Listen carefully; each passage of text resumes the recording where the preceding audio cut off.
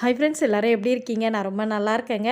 என்னதான் நம்ம நேரத்திலே எழுந்துக்கணும், விளக்கேத்தணும் அப்படியெல்லாம் நம்ம நினைப்போம். ஆனால் சில நேரங்கள்ல அது முடியாது இல்லைங்களா? அந்த மாதிரி தான் என்னால பல நேரங்கள்ல முடியாது.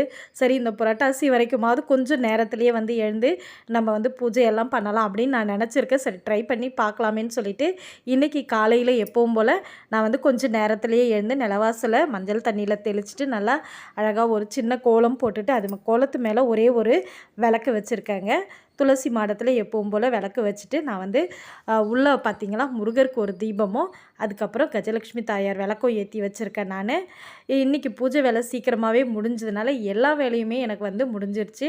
எப்பவும் போல் 2 குத்து விளக்கு ஏற்றி வச்சுருக்கேன். இவ்வளோதாங்க இன்றைக்கி என்னுடைய பூஜை வேலை. ரொம்ப சிம்பிளாக தான் முடித்தேன். நான் நைட்டே எல்லாமே தொடச்சி பெருக்கி தொடச்சி எல்லாம் வச்சுட்டு படுத்ததுனால காலையில் எழுந்து எனக்கு பூஜை பண்ணுறது கரெக்டாக இருந்ததுங்க. எப்படி இருந்தது பூஜைன்னு கமெண்ட்ஸில் சொல்லுங்கள்.